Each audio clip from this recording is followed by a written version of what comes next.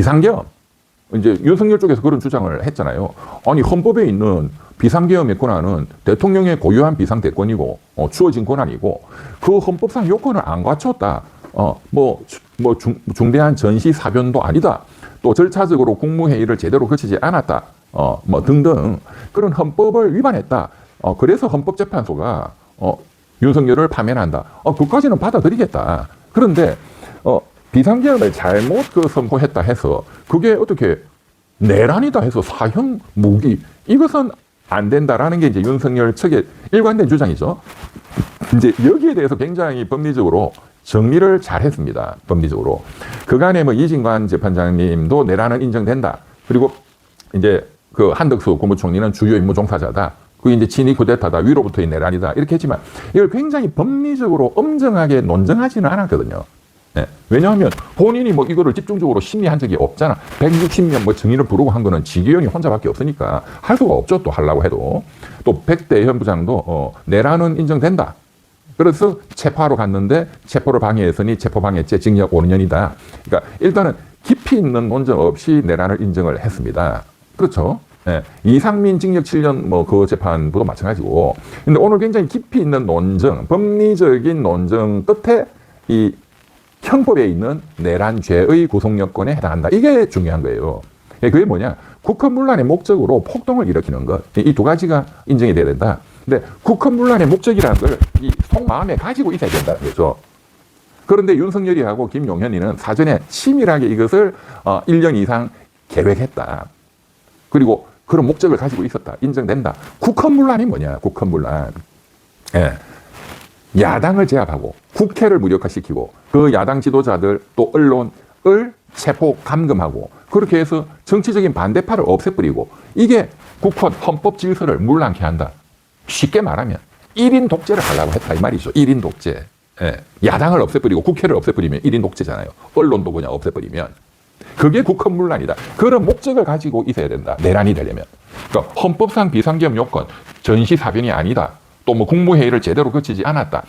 이 정도가 바로 내란이 되는 건 아니다는 거예요. 그거는 맞는 얘기지. 왜냐하면 내란은 형법 87조 이하에 내란죄의 구성요건이 별도로 있는 거니까. 거기 보면 오늘 말했지만 92조에 국헌문란의 목적, 폭동 이게 딱 법에 규정이 돼 있단 말이에요. 그 자세한 요건의 해석은 대법원이 전두환 노태우 내란 목적 살인 사건에서 판시를 이미 또 해놨기 때문에 그 요건에 따라서 법을 해석한단 말이에요. 이 꼼꼼히 이걸 따져봐야 된다 이거지. 따져봤더니 내란이 맞다 이거예요. 그러니까 이제 그 법조인들이 변호사들이 평론하려면 이 요건에 따른 이러한 분석이 맞냐 틀리냐 이런 것을 평론을 해야 되는데 그냥 감정으로 그러면 안 돼. 일반적인 사람은 그렇게 해도 됩니다. 전문적인 걸 잘 모르니까. 의사가 뭔가 사태에 대해서 평론을 하려면 의학적인 얘기를 해야지 의사가 그냥 흥분해가지고 죽일 놈 살릴 놈 이러면 안 되잖아요. 똑같은 거야. 네. 군인은 전쟁에서 이기기 위해서 우리가 군사력을 어떤 식으로 배치를 하고 토마호크 미사일은 어떻게 날리고 스텔스 비행기는 어떻게 띄우고 이런 얘기를 해야지. 군대 사령관이 죽일 놈 살릴 놈 그러면 되겠어요? 네. 그래서 따져보니까 그런 윤석열, 김용현 이런 자들은 사전에 그런 야당을 제압하고 정치를 없애버리고 1인 독재하려고 하는 그런 목적을 속마음에 가지고 있었다 이거지. 이게 가장 중요하다. 그리고 이제 폭동은 뭐냐? 군대를 투입한 게 제일 중요하다 이거예요.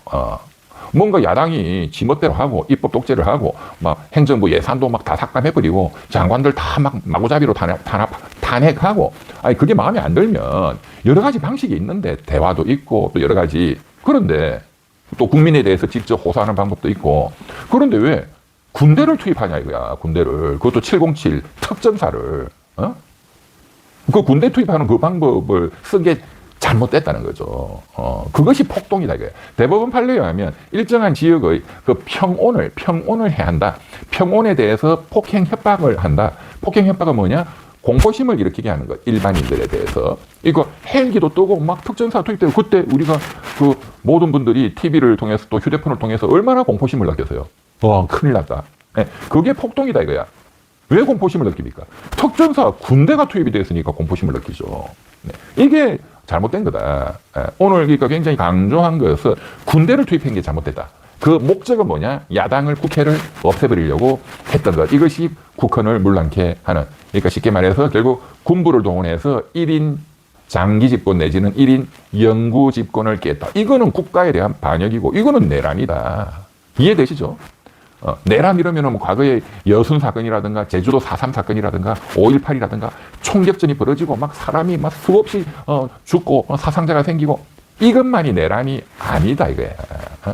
대통령이 왕이 스스로 군대를 동원해가지고 지 혼자서 그냥 영구 집권하려고 하는 거 이것도 내란이다 내란. 내란죄로 처단해야 된다. 그 사례로 가장 선진국에서 대표적인 사례가 영국의 찰스 1세가 벌인 영국의 내란, 내전. 그건 전쟁을 했으니까 시빌 워. 그 사례를 들었다 이거예요. 특히나 져가지고 처형당한 사례를 들었다. 그래서 이것도 처단해야 된다. 그러니까 찰스 1세의 그 영국의 시빌 워를 그 비교법적으로 또 역사적 사례로 판시한 것은 굉장히 저는 우수한 판결문이다. 저는 그렇게 평가합니다. 네. 이해가 되시죠? 네, 네. 이게 일단 이해는 돼야 돼. 그 다음에 우수하다 아니다 하는 것은 제 평가고, 우리 시청자분들께서는 또 각자가 평가를 하시면, 될 테고요. 근데 이 의미 자체를 그냥 몰라가지고, 뭐 판사라는 놈들은 그냥 책이나 보고, 쓰잘데기 없는 책에, 역사책에 있는 거를 뭐 끌어와가지고, 뭐 쓰잘데기 없는 소리를 한다. 이런 논평을 하는 거는 무식하다, 무식하다. 그리고 특히 법조인이 그따운 논평을 하는 것은 적어도 미국의 그 유명한 연방대법원 판결문이라든가 또 판결에 있어서의 사법 적극주의적 판결 태도 그런 큰 이념이 있습니다. 법 철학적으로 그런 공부가 전혀 안 돼 있는 거야. 법 철학적인. 참 안타깝습니다. 반면에 지기현 부장판사의 오늘 그 판결은 상당히 판결의 내용이 좋다. 저는 그렇게 평가하고 싶습니다. 이제 그래서 이 공범들이 이 내란의 그 주요 임무 종사자에 해당하느냐, 또 그러한 목적을 좀 알았느냐, 적어도 미필적으로라도 알았느냐, 암묵적으로라도 동의를 했느냐, 야당을 없애버리고 국회를 그냥 없애버리는 이것을 알았느냐, 이게 가장 중요하다. 그래서 군대가 투입되는 것이다. 이걸 알았느냐. 김용현이야 당연히 본인이 기획했으니까 당연히 알았고, 조지호 경찰청장, 김봉식 서울경찰청장도 그것을 알았다 이거야. 사전에 윤석열이한테 안가에 불려가고 또 얘기를 다 들었고 군대가 투입된다 등등. 그렇죠? 그 다음에 이제 하나가 이제 국회 경비대장 했던 그 목현태라는 사람. 그 사람은 총경급에 불과하지만 이 사람도 그것을 인식하고 국회의원들이 못 들어오도록 철저히 봉쇄해. 이런 짓을 했으니까 이 사람도 어쩔 수 없이 내란 주요 임무 종사자, 그 큰 죄를 지었다. 그런데 저는 솔직히 이름도 기억 안 나지만 나머지 2명, 그 사람들은 이런 것까지는 몰랐다 이거야. 그런 목적은 없었기 때문에, 잘 몰랐기 때문에 이런 하급지까지 내란 주요 임무 종사자라고 평가하기는 어렵다라는 게 이제 지기현 판사의 오늘 그 2분에 대해서는 무죄를 때린 이유죠. 그 부분은 다툼은 있을 수 있을 거예요. 그런 걸 알았느냐, 목적이 있었느냐, 없었느냐 하는 것은 항소심 가서 또 따져볼 문제이겠죠. 특검은 알았다라고 또 주장을, 또 입증을 또 할 것이고, 네. 전체적으로 그렇습니다. 여기서 굉장히 중요한 어떤 언론도 어떤 유튜브도 지적하지 않는 것은 법무부 장관 박성재 사건입니다. 지금 한덕수 총리는 징역 23년, 그 다음에 단전단수 이상민 행안부 장관은 징역 7년. 이게 제일 핵심이잖아요. 그 다음에 남아있는 핵심은 재판 지금 받고 있는 분들 중에 박성재 법무부 장관이거든요. 박성재에 대해서 구속영장이 2번이나 기각됐죠. 이유가 뭐죠? 그때 벌어진 게 위법하냐, 위법성의 인식이 없었던 것 같다 이거잖아. 그게 제일 핵심적인 지금 쟁점이에요. 그 지금 담당 판사가 누구시죠? 이진관 재판장이죠. 이진관 재판장이 그래서 지난주에 첫 기일 때 그거를 집중적으로 물었잖아. 그런데 그것과 관련해서 오늘 지기현 판사의 그 판결문에는 미필적으로 남아, 암묵적으로 남아. 군대가 동원되고 그 이유는 국회를 장악하고 야당을 체포감금하고 그렇게 하려는 목적 아닐까? 이런 암묵적 어떤 인식, 미필적 인식만 있더라도 국헌문란의 목적까지 인정이 된다라고 하기 때문에 그것보다도 전 단계인 위법성의 인식이야 당연히 인정이 되는 겁니다. 그래서 오늘 지기현 판결문은 박성재 전 법무부 장관에 대한 유죄 판결을 이진관 재판장이 때림에 있어서 굉장히 큰 법리적으로 굉장히 중요한 그런 이론적 그 토대를 제공했다. 이렇게 볼 수 있겠습니다. 더 연장으로 이제 고등법원, 대법원 가면 이 판결이 뒤집어질 수 있느냐?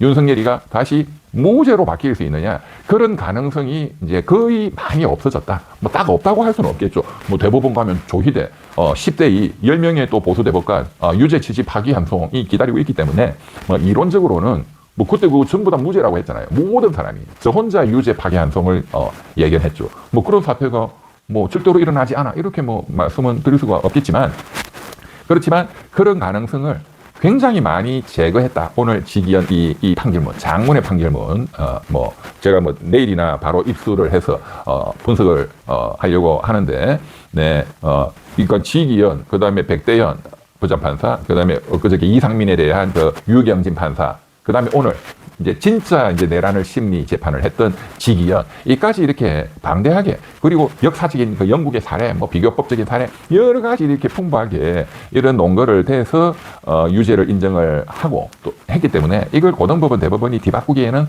상당히 어렵다. 정치적으로 완전히 막 또 국민의 여론이 무슨 격변하는 대사태가 터지고 그런 정치적인 그런 여세를 몰아서 이 판결을 뒤집는다. 이제 그런 가능성은 남아 있겠지만, 그런 특별한 대격변이 없는 한 뒤집기는 어렵다. 그런 차원에서 지기현 부장판사의 오늘 판결문은 저는 상당히 박수치고 싶습니다. 양형에 있어서 좀 뭐 윤석열 사형을 안 하고 무기징역 선고했다. 그건 아까 말씀을 드렸고요. 제가 제일 아쉽게 생각하는 것은 김용현 국방부 장관에 대한 양형입니다. 이 자는 윤석열 못지않게 악질입니다. 그걸 이번에 우리가 국민들이 또 이번 그 1년여 동안의 재판을 통해서 너무나 열심히 봤죠. 절대로 반성하지 않고 거짓말하고 위증하고, 윤석열이 보다도 더 어떻게 보면 더 악질입니다. 윤석열이는 술 마시고 막 욱하는 심정에 그냥 머리에 뭐 생각도 없고 그런 좀 스타일인데, 김용현이는 치밀하게 지춘왕고 후배 여인영이를 방첩사령관으로 끌어오고, 또 아까 판결문에도 나오지만 윤석열이에 대해서 이런 내란을 부추기고 추동하고 그것을 기획하고, 내란이 터진 이후에도 그것을 막 은폐하고, 굉장히 악질이죠. 이 자가 어떻게 보면 더 악질입니다. 그렇기 때문에 이 자에 대해서 징역 30년을 때린 것은 대단히 형량이 부족하다. 이 자도 같이 무기징역 때려야 됩니다. 윤석열을 사형 때리면 이 자도 사형시켜야 됩니다. 더골 대통령 같았으면 무조건 다 사형이죠. 네.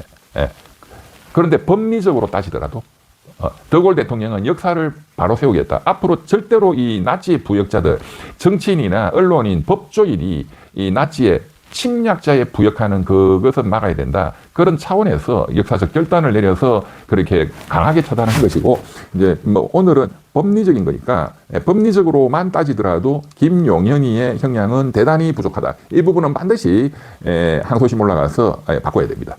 네. 유기징역을 때리더라도 40년, 50년을 때려야 돼요.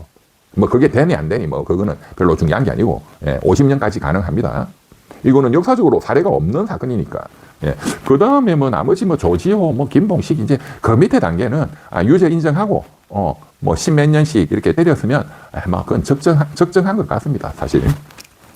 그 다음에 많은 분들이 오늘 쇼츠나 보니까 뭐 많은 부하 공무원들, 경찰 공무원들, 또 군인들, 또 등등이 뭣도 모르고 여기 휩쓸려 가지고 또 처벌을 받고 그 가족들도 고통을 당하고 있다. 그런데 국민에 대해서, 국민의 고통에 대해서는 이런 방법 말도 없었다. 뭐 그걸 가지고 뭐 지기현 나쁘다. 뭐 이렇게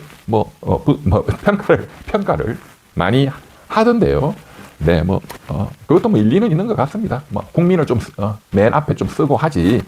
그렇지만 제가 생각할 때는 국가에 대한 반역이다, 국민에 대한 반역이다라고 그 개념 규정을 깊이 있게 한 것, 그거를 보면 국민에 대한 배신이다 하는 게 다 녹아 있고, 또 전체 판결문의 풀텍스트를 지금 못 봤기 때문에 오늘 그냥 요약한 얘기만 했으니까 좀 풀텍스트를 보고 또 뭐 평가할 부분인데, 저는 거기에 대해서 그렇게 비난하고 싶지는 않습니다. 충분히 법리적으로, 법 사회학적으로, 법 역사학적으로 충분히 국민의 그 고통을 판결문에 담고 있다. 저는 뭐 그렇게 해석해 주고 싶네요.